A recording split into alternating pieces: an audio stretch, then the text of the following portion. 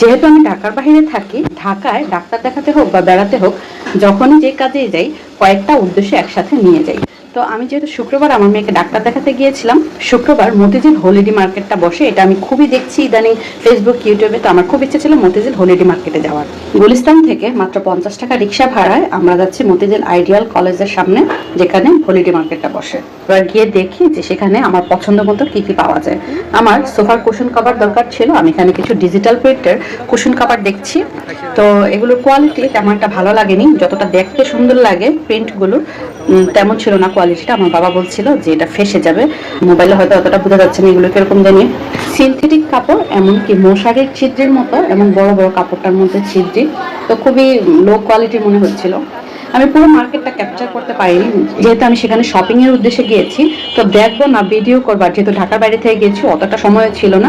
কিছু কিছু জায়গা করেছি, তবে কয়েকটা আমি একটু ব্র্যান্ডের পার্স ব্যাগের দোকান দেখলাম, তবে সেইগুলো দামের তুলনায় খুব একটা ভালো ছিল আমি বলবো না।